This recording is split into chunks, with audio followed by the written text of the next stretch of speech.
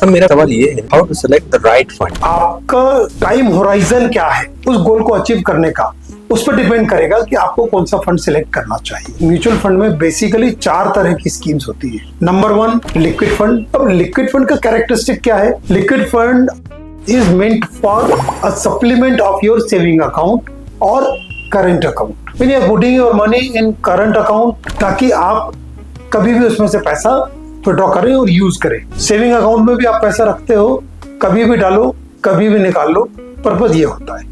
And saving account में 2.5% सालाना का ब्याज मिलता है, करंट अकाउंट में आपको 0% सालाना का ब्याज। तो क्या कोई ऐसा तरीका मिले आपको जो 2.5% से भी ज्यादा ब्याज दे दे? Yes, liquid funds are there.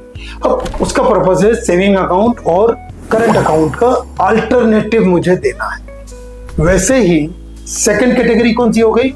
वो हो गई debt fund.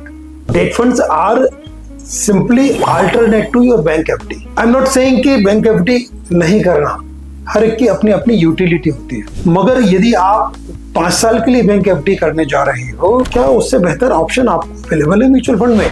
Yes, it is available.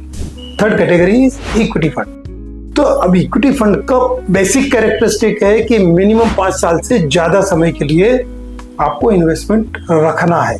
अब होता क्या है, कुछ लोग अननोइंगली शॉर्ट टर्म के लिए, 1-2 साल के लिए भी इक्विटी फंड्स में इन्वेस्टमेंट कर देते हैं और सोचते हैं कि मेरे पड़ोसी को तो अच्छा रिटर्न मिला, मुझे भी अच्छा रिटर्न मिलेगा।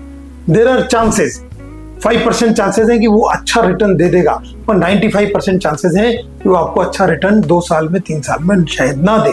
यदि आपको अपना पर्पस पूरा करना है तो उस इन्वेस्टमेंट का स्टिपुलेटेड टाइम है, वो आपको पूरा करना ही पड़ेगा। और चौथी कैटेगरी होती है हाइब्रिड कैटेगरी।